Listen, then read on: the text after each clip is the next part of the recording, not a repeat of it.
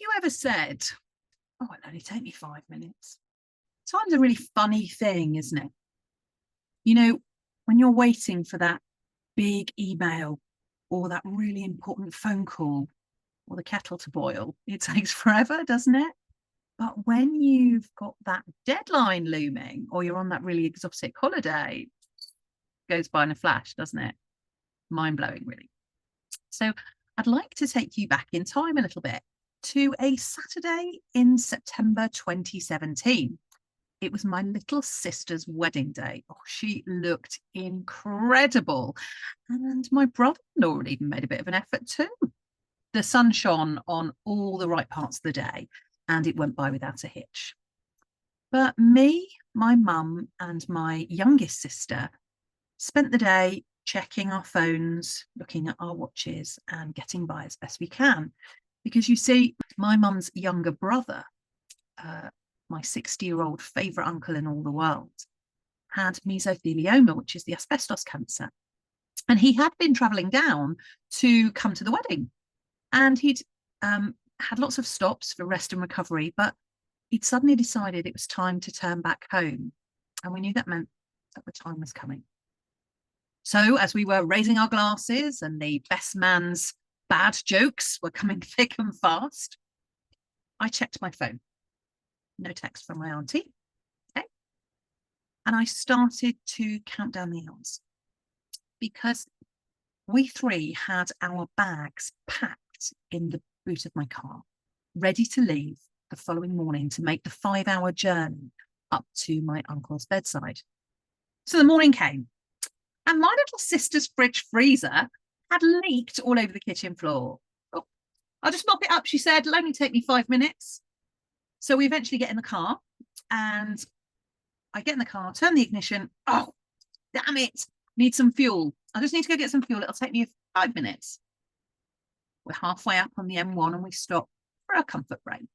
And my mum says, "Oh, I just need to stretch my legs a bit, just for 5 minutes." So we're halfway up on the M1 and we stop for a comfort break. And my mum wants to stretch her legs for a little bit. Got it, just for 5 minutes. Now, there was never going to be a happy ending to this particular story. But as we pulled up to my uncle's house, we could tell by the tears on my aunt's face that we'd missed him by just 5 minutes. So you see, 5 minutes can actually mean the difference between life and death. But you know, for a marathon runner, it can mean the difference between victory or defeat. For some people, it means the difference between an angry response or a calm one. And for others, it's just the difference between a good day and a bad day.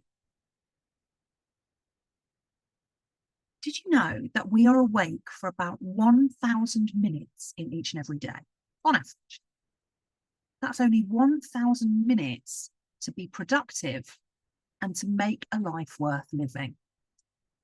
So, you know, we schedule in tasks, don't we? And we book our calls and our meetings. We allocate time in our diary for projects and passions.